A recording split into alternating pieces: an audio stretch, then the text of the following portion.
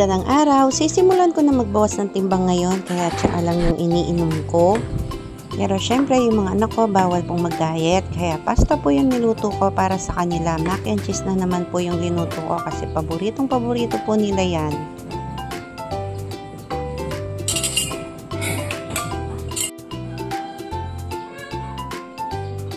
Fast forward nga, nakapasok na yung mga bata sa school. Siyempre, umpisahan ko na yung paglilinis ng bahay, yung paglalaba, yung pagluluto. Siyempre, ang dami-dami pa. Sobrang busy nga ng mga nanay na katulad ko ngayon. Siyempre, pasukan na naman ng mga bata. Siyempre, ang daming trabaho, ang daming gawain. Tapos, pag uwi pa nila sa bahay, kung may hindi sila naiintindihan sa lesson nila, ikaw pa yung magiging teacher nila. Eh, sobrang busy nga. Ngayon lang ako nakagawa ng video at nakapag-edit kasi nga ang daming gawain. Hindi ko na nakaharapan kasi namimiss ko po talaga yung mini vlog.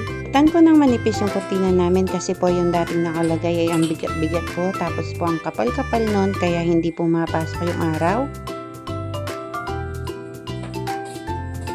Dahil sa nagutom ako ay naganda ako ng granola at ng yogurt. Ang sarap-sarap po ng combination yan. Tapos lalagyan niyo po ng fruit sa ibabaw.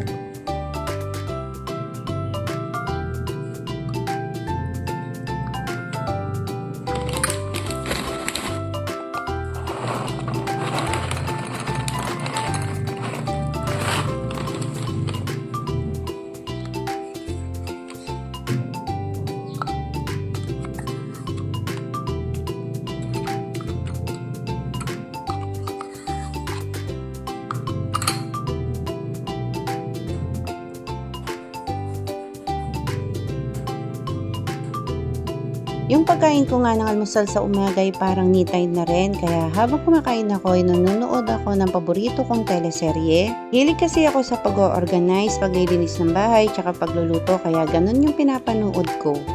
Hanggang dito na lang mini vlog ko. Sana po nagustuhan yung mini vlog ko. See you in my next vlog. Bye bye!